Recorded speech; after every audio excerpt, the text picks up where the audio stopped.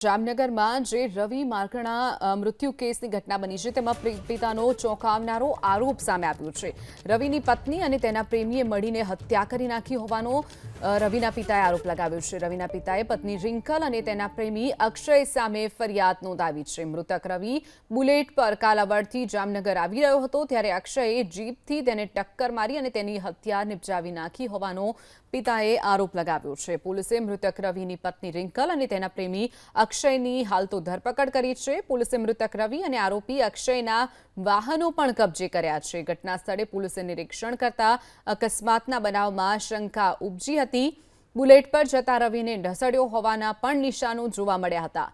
Car ચાલક અક્ષયને શોધી પૂછપરછ કરતા તેણે હત્યા કર્યાની પણ કબૂલાત કરી છે।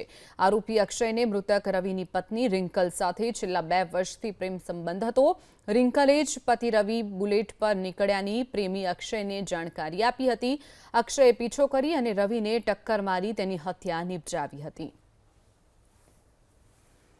તો જામનગરમાં રવિ માર્કણાના જે મૃત્યુનો કેસ છે તેમાં પિતાએ ચોંકાવનારા આરોપો લગાવ્યા છે, જેને લઈ અને રવિની પત્ની અને તેના પ્રેમીની હાલ તો પોલીસે ધરપકડ કરી લીધી છે। રવિના પિતાએ પત્ની રિંકલ અને તેના પ્રેમી અક્ષય સામે ફરિયાદ નોંધાવી છે।